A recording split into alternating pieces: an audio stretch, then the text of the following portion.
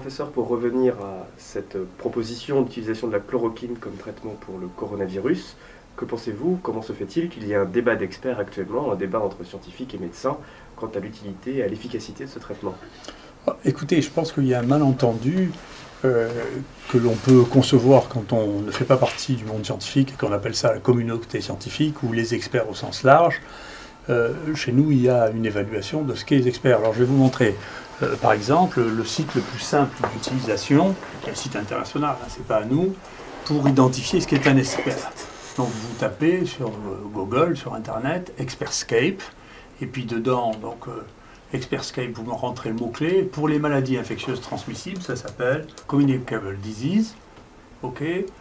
On appuie sur Show Expert, et Show Expert, vous savez qui c'est, qui est Show Expert. Et donc, je suis désolé, mais je suis le premier expert. Et non seulement ça, mais si vous regardez dans les endroits dans lesquels ça se passe, en particulier, vous regardez à Marseille, vous voyez, eh bien, vous trouvez que les seuls experts mondiaux qui soient lisibles en France dans cette zone-là sont ceux de Marseille. Vous voyez. Et donc, quand on marque une en réalité, c'est Marseille. Et donc, Université d'Aix-Marseille, vous voyez que les seuls experts visibles en France, vous voyez, sont des experts qui sont ici, les 5 visibles au niveau mondial de l'expertise dans ce domaine-là, et c'est lui dans les maladies transmissibles. Et si vous regardez ensuite dans virus, vous regardez qui sont les experts mondiaux présents en France. Et si vous regardez dans antibiotiques, vous verrez quels sont les experts mondiaux trouvés en France. Et si vous regardez à Communicable Disease Emerging, vous verrez que les seuls experts mondiaux sont à Marseille, de France sont à Marseille. Donc c'est intéressant, mais ce qui est un expert pour une télévision ou pour un groupe, c'est une chose, ce qui est un expert pour la science, c'est une autre chose. Voilà. Et donc, moi, je suis indifférent au fait que les uns les autres pensent qu'ils sont des experts, ça m'indiffère. Cela étant, il y a des manières de quantifier le niveau scientifique des gens, qui est facile à évaluer. Il suffit de le regarder pour savoir qui est quoi dans un domaine donné scientifique. Pour quelles raisons vous êtes-vous intéressé et avez-vous communiqué sur la question de la chloroquine? La chloroquine est un médicament avec lequel je travaille depuis longtemps. J'ai été le premier à utiliser l'hydroxychloroquine dans le traitement des maladies infectieuses aiguës, en particulier pour les bactéries intracellulaires, pour lesquelles on n'arrivait pas à éradiquer les microbes. Donc pour 2 maladies, la fièvre Q et la maladie de Whipple, j'ai suivi personnellement 4000 de ces personnes depuis 30 ans, que j'ai traitées avec de l'hydroxychloroquine pendant en moyenne 1 ou 2 ans, dont j'ai fait les dosages dans le sang. J'ai regardé, depuis 4 ans et demi, on a fait 2000 dosages d'hydroxychloroquine dans le sang. Et donc j'ai une énorme expérience de ce médicament dans les infections. Et depuis longtemps, on pense que ce qui marche pour les bactéries intracellulaires, c'est-à-dire qu'ils se multiplient dans les cellules, doit marcher pour les gros virus parce qu'ils rentrent par les mêmes mécanismes, ils vivent dans les mêmes vacuoles. Et la chloroquine influence le sac dans lequel se logent les microbes qui rentrent dans les cellules. Et donc ça fait 13 ans qu'on a écrit notre première revue avec Jean-Marc Rollin sur l'usage potentiel de la chloroquine dans les infections virales.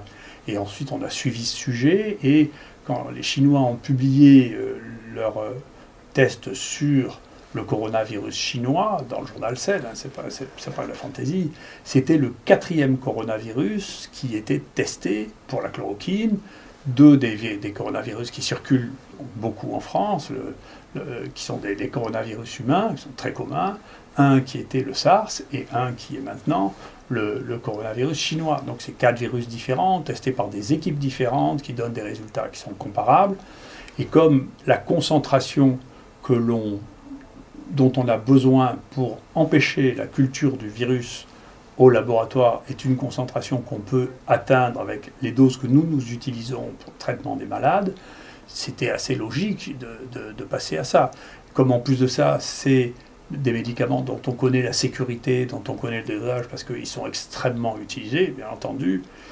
C'est les Chinois qui avaient fait une déclaration dès la publication de l'efficacité de la chloroquine, ont dit on va tout de suite l'essayer. C'est ce qu'ils ont fait. Et peut-on faire confiance aux Chinois lorsqu'ils disent qu'il faut essayer la chloroquine et qu'il faut l'utiliser? Si vous voulez, c'est insultant comme question. Ces gens se posent cette question. Si c'était une maladie purement américaine, qu'il n'y ait que les Américains qui aient soigné cette maladie, et que le Center for Disease Control ou le président des États-Unis disent, écoutez, maintenant il faut traiter ces malades avec ça, personne ne discuterait ça.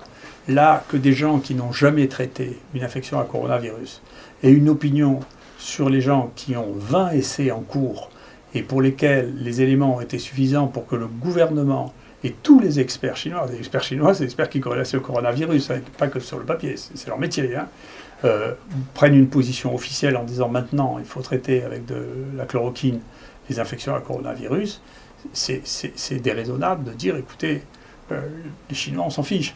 Non, non, c'est pas comme ça. Après, bien entendu, chacun sait qu'entre le moment où on a les premiers résultats et le moment où on fait une publication internationale acceptée, il faut un certain temps. Il est bien possible que la finalisation de l'ensemble de cette publication arrive au moment où il n'y aura plus du tout de coronavirus parce que le temps se sera réchauffé. Donc bien entendu, ils ont pris une mesure de santé publique qui est de communiquer aussi rapidement que possible, comme on le fait dans un congrès. Et donc tout le monde fait ça. C'est simplement parce que c'est les Chinois qui font ça que, je sais pas, les gens disent c'est pas sûr parce que c'est les Chinois. Donc pour l'instant, comme il n'y a pas d'autre alternative qui soit crédible, entre donner un médicament qui a été testé par les gens qui ont le plus de connaissances au monde sur une maladie et essayer une nouvelle molécule en disant écoutez peut-être que cette nouvelle molécule marche, il faut revenir à une réflexion basique, si vous voulez, qui n'est pas une réunion d'opinion, mais une réunion de factuellement qu'est-ce que vous avez qui vous permet de dire que le gouvernement chinois et tous les scientifiques chinois qui font une information prioritaire se trompent. Si vous étiez touché par le coronavirus, prendriez-vous de la chloroquine? Ouais. Merci.